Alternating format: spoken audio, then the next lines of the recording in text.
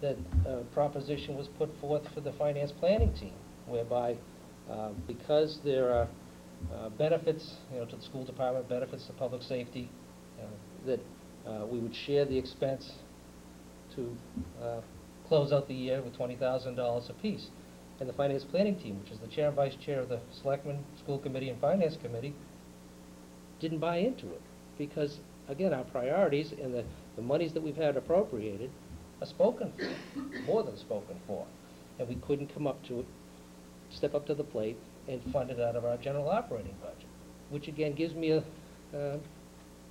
I've been thinking an awful lot about it and say, okay, if the school committee can't come up with $20,000, and we haven't prioritized the $20,000 yet, not that it's not a good program, it's a great program, but can we afford it?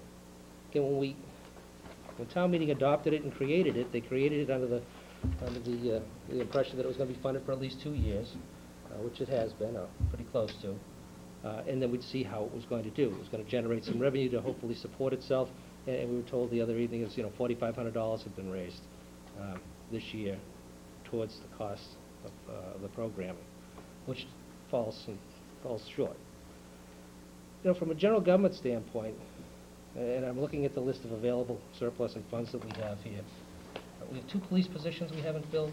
We have an assistant planner's position we haven't filled. We have an IT position that we haven't filled. We've asked our town employees to take a 0% increase and freeze the step increases.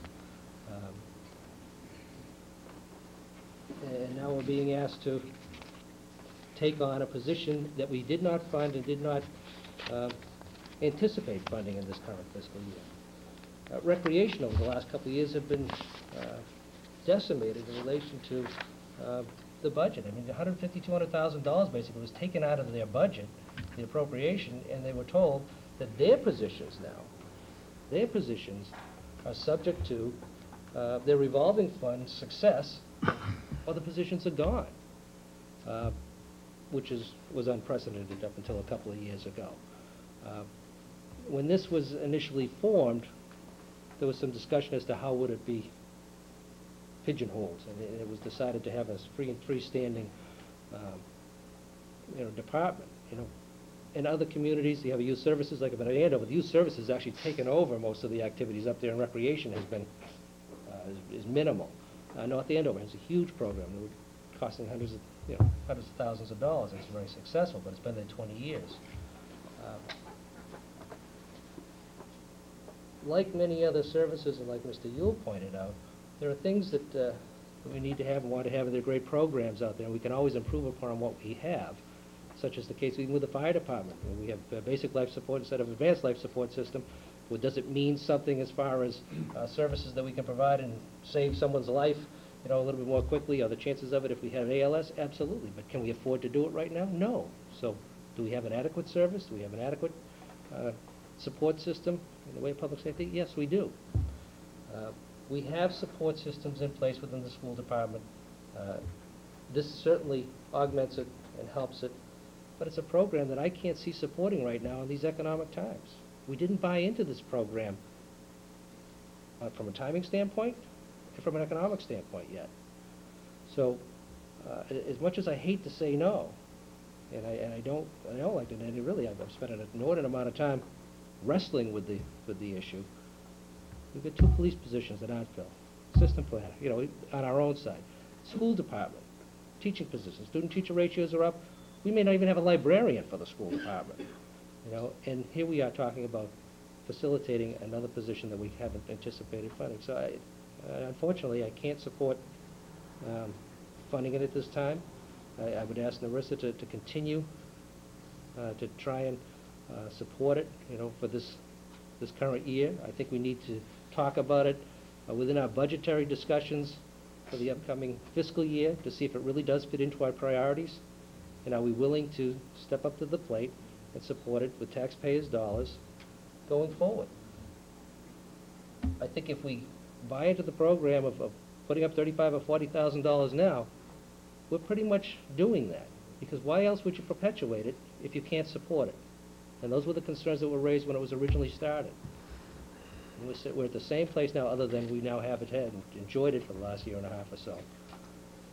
So I think we need to take a position as a board now that either we're going to buy into this position, support it in the way that it needs to be supported through a regular revenue stream and not something that's out here as being suggested as a maybe. And if we're going to do that, then the majority board should do that. But I can't see us doing that at this particular point in time. So I think we're running the risk, if we put it on the warrant, of opening up a can of worms as to how it's going to be funded. I don't know if we want to do that or not. I'm not necessarily in favor of doing that. And again, if we're going to do that, I think the majority of this board then has to take a position that we're going to support it going forward in a regular operating budget. Because I don't see the arguments changing. So.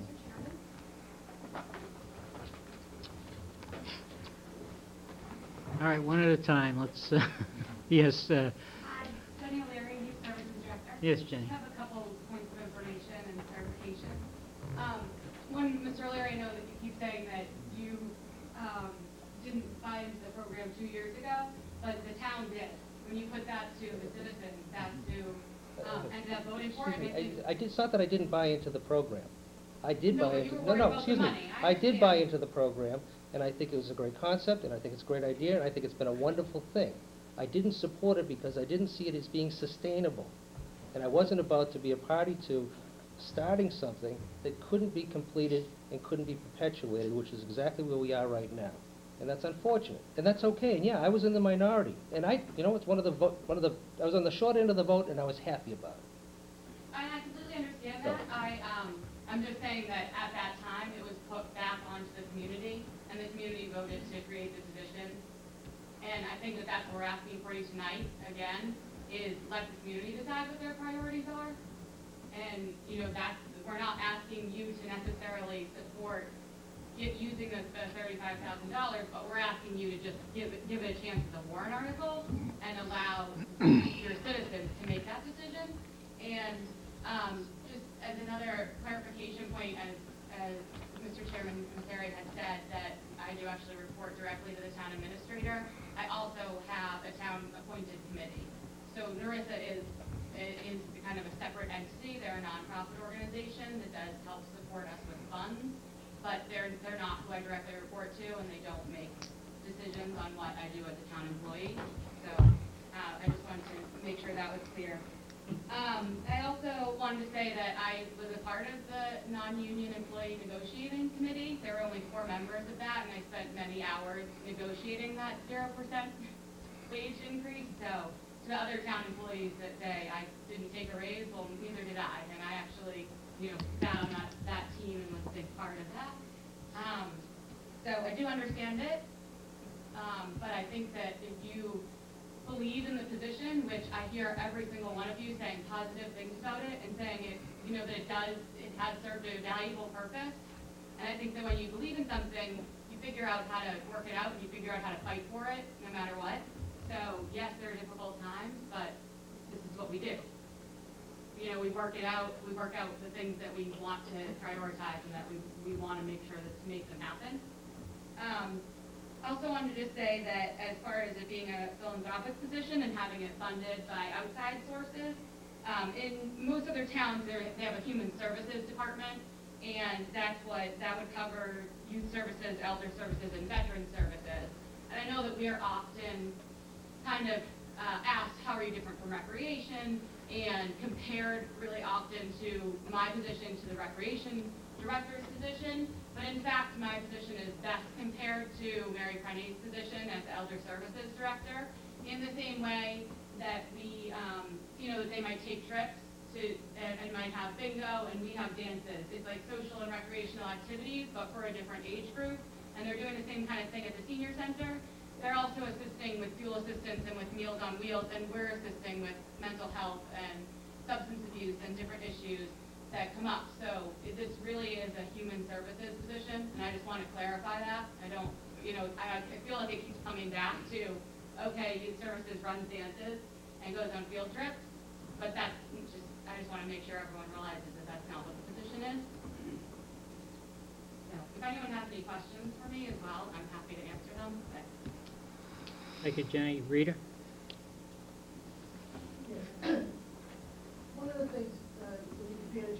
Rita, could you come up here? You're not speaking as loud as Jenny. Give her a moment. Which is unusual. I'm very unusual. In recreation, when our budget was cut, and we were told we were probably going to get possibly get a cut, and we wound up with like Stevie said, a lot bigger cut than we expected. We immediately had to put into place, the fees went up, and our fees went from $3 to $5 to $10, and then went to $45.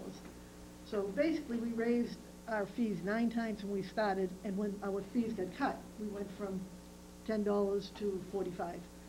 So to be quite honest with you, there's one of the departments that I also look at that it's a health department, and I'm begging that you put it on the warrant so that you do have 2 more weeks to look into certain things. There may be some found money in the health department, in that if you look at the fees in the health department, they may raise $30,000 to $40,000 a year that goes back into general government. It doesn't go into a revolving fund like recreations does. So that if you took a look at those fees, dog fees and the different fees, restaurant fees, whatever it goes that they give fees for, if you were to raise those fees like you had done recreation, you'd raise a heck of a lot of money, and probably enough to pay for that position.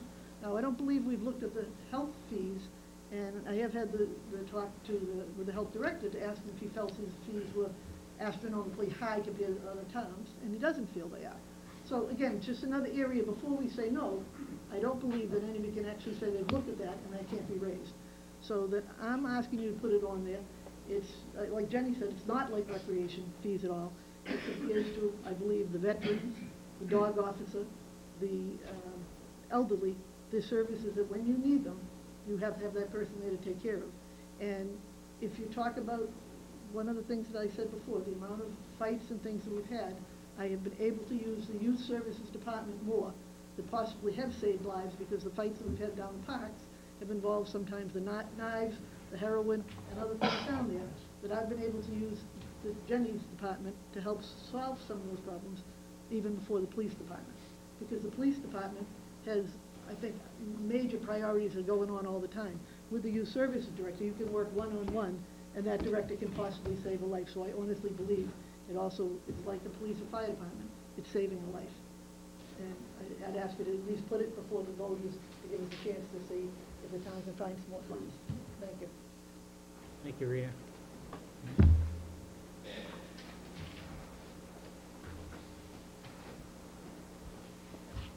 What's your name and address? I'm not sure that. Yeah, Joanne Pulowski, 19 Turner Drive. I'm a member of NERISA.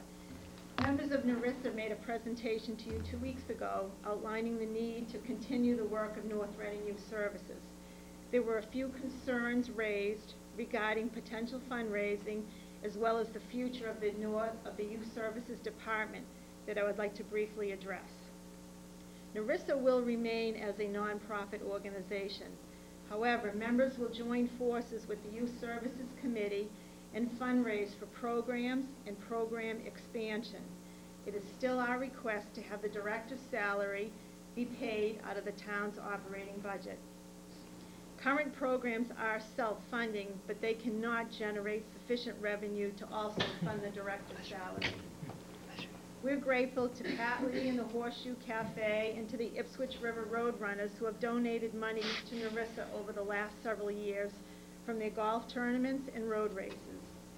Between the two groups, the donation has ranged from $7,000 to $10,000 annually. Our hope is that they can in some capacity continue to support our efforts.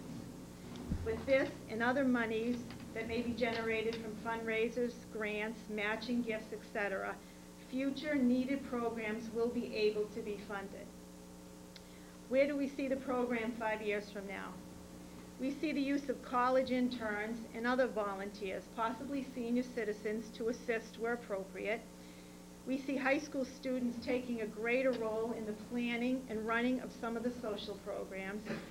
We see the Youth Services Director continuing to devote a great deal of time to critical support services for teens and their families. It is also our dream to see a community center in 10 to 15 years from now that would be shared between Parks and Recreation, Youth Services, and Elder Services. We are in an